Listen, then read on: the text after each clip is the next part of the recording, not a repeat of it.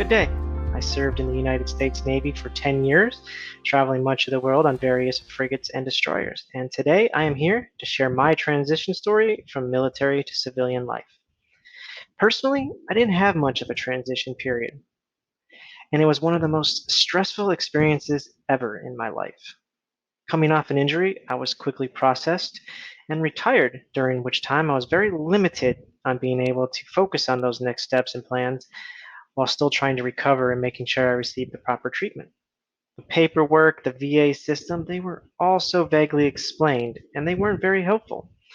However, I was very lucky to have a great support system, a family that helped me get back on my feet and support me through this process. At that time, I wanted to go back to school for my second degree. What I learned was that it took 6 months for the government to get me in the retirement system. It took another 6 to 9 months to get the GI Bill going, all while you're trying to coordinate a start time with getting accepted into a university. The process was so slow. The next question was, how has your values changed, or have they changed pre to post military? I wouldn't say that my values changed from pre to post military. What I can say that changed was my perception on the world and the many things that our country takes for granted, that other countries only dream of having. It's an enlightening experience traveling the world and visiting these different third world countries, the culture, the people, the environments. It's remarkable.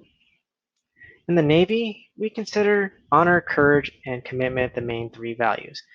It hasn't changed to this day on how I view them, it's just how they're applied. Honor is how I continue to respect others and strive to be the ethical standard in my profession. Courage is the ability to push myself forward in the face of adversity and to help me succeed in that adversity. And lastly, commitment is the determination to dedicate myself to my craft, to strive to continue learning and improve my trade, also to support my colleagues and help mentor those who seek it. Next question is, what is one thing you would like civilians to know? For me, it's the work environment. Work is considered 24/7 and changes at a moment's notice. Deployments increase that stress level and require long, hard days of work in excess of 20 hours. This puts a new meaning to busy season and burnout. The dedication, time, and effort to serve our country takes a major toll on the veteran. Next question is, what is one thing important for non-veterans to know about your transition to best help you and others going through this transition period? I would say the structures, mannerisms, and routines are completely different and require readjustment on how things are perceived and handled. This takes time, and I feel they leave after effects. And these after effects leave a toll on the veteran, both physically and mentally. For me, I still hold much of the tight-lipped policy where I'd rather not talk about myself, even after all these years.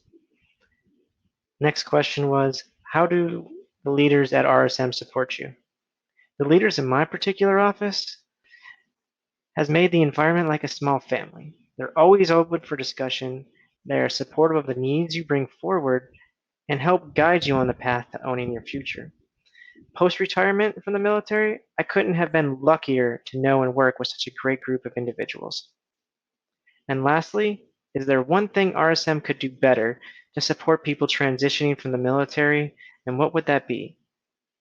It's definitely a lifestyle change to fit into a corporate environment, and I would say flexibility is the key to that.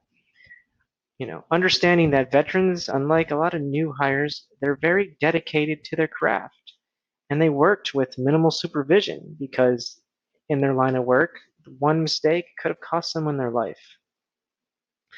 We also have adjustments that take time, and I feel as expanding our view on flexibility as a firm is a big boon. Well, there you have it. That's my story on transitioning from military to civilian life. I hope you enjoyed it, and I hope you all have a great day.